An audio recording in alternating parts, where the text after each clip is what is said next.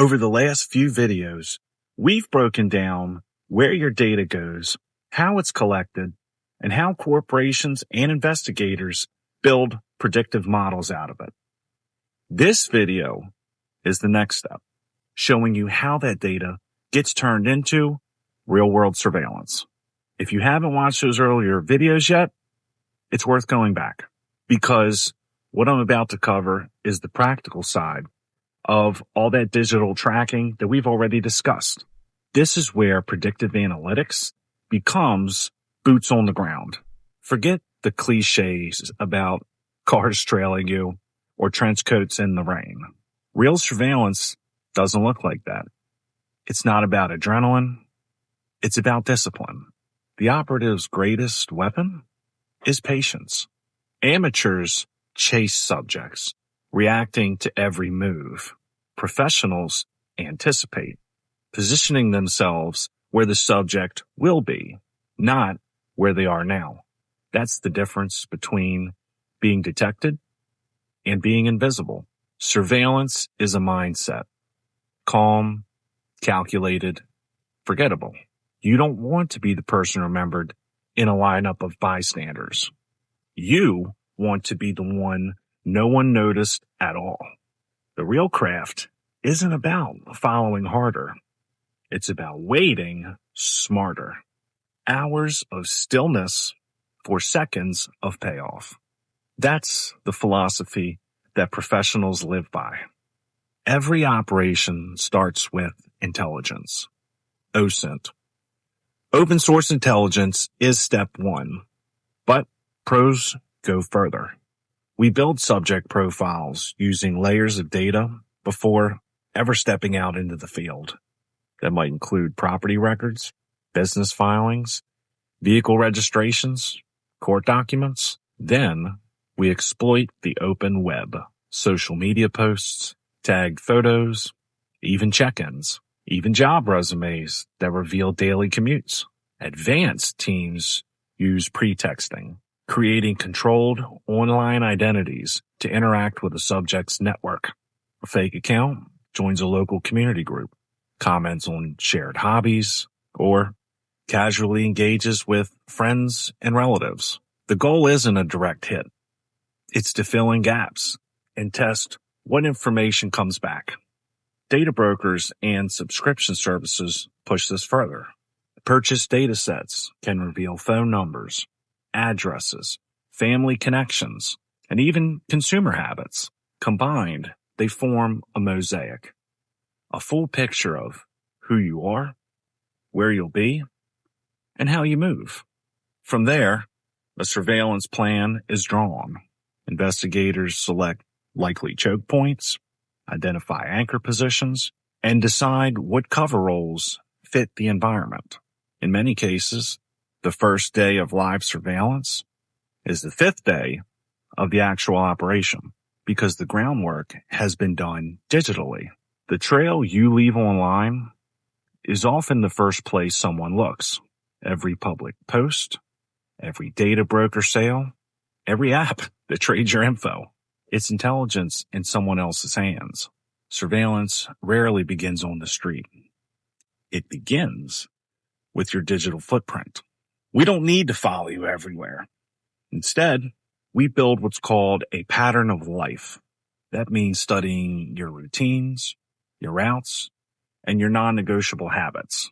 Where you fuel your car, where you shop, what roads you always take to avoid traffic. The real secret isn't shadowing you 24/7. It's identifying choke points. These are the places you have to pass through. The office parking lot, the school drop-off line, the only road or bridge into your neighborhood. We don't chase, we position. By knowing when and where you'll appear, surveillance is efficient and almost invisible. At an advanced level, this mapping also includes contingencies. We track not just your primary habits, but your backups.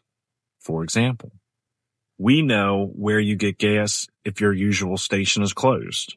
We know the second route you take if traffic blocks your primary route. Over time, these patterns reveal themselves. Surveillance isn't about guessing.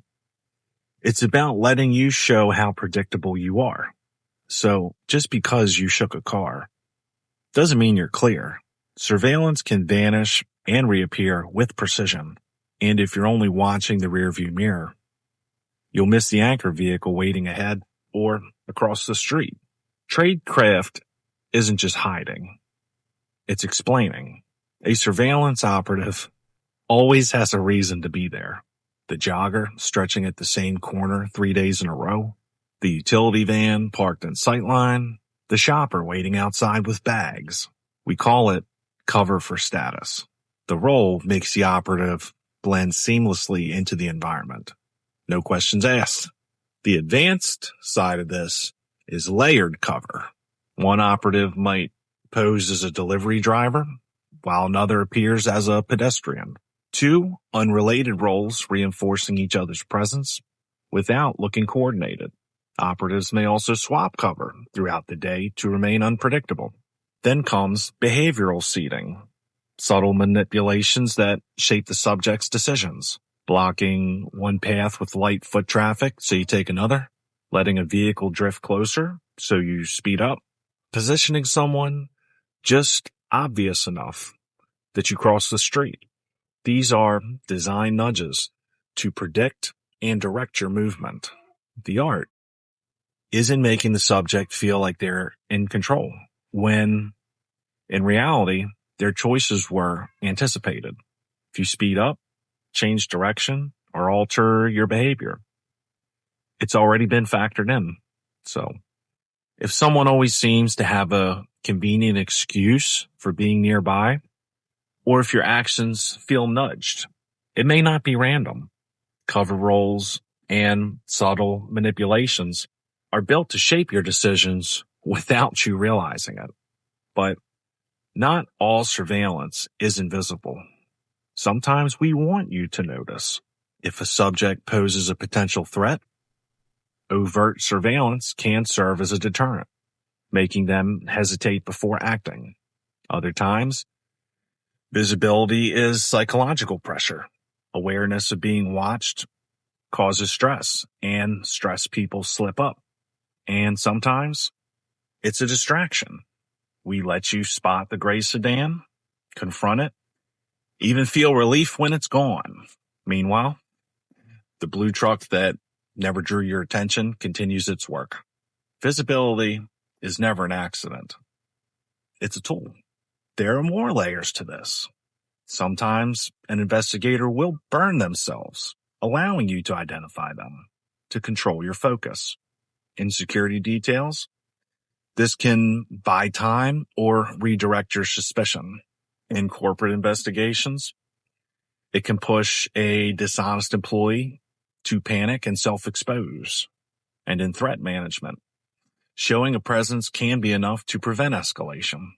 What looks like sloppiness may actually be calculated pressure. So, the obvious tale might not be the real one. If you spot something too easily, consider that it may be bait, a decoy designed to alter your behavior, while the real surveillance remains unseen. And pros don't just blend visually. They master noise discipline, the art of removing sound signatures that can betray them. Doors are closed with controlled pressure, not slams. Shoes are chosen for their tread and silence, not style. Radios and phones are set to earpieces or vibration to prevent bleed. Even breathing and coughing are controlled in tight quarters. In vehicles, air conditioning hum and engine idle are factored in to avoid standing out in a quiet street. And on foot, footsteps are matched to ambient rhythms so they don't create unnatural patterns. Another advanced layer is sound masking. Operatives will use passing vehicles, aircraft noise, crowded environments to conceal their own movements. A professional may time opening a door, adjusting position, or making a transmission to coincide with a loud truck passing by or a burst of ambient noise. It's about blending actions into the existing soundscape so that nothing stands out. This turns ordinary background noise into a shield for surveillance activity.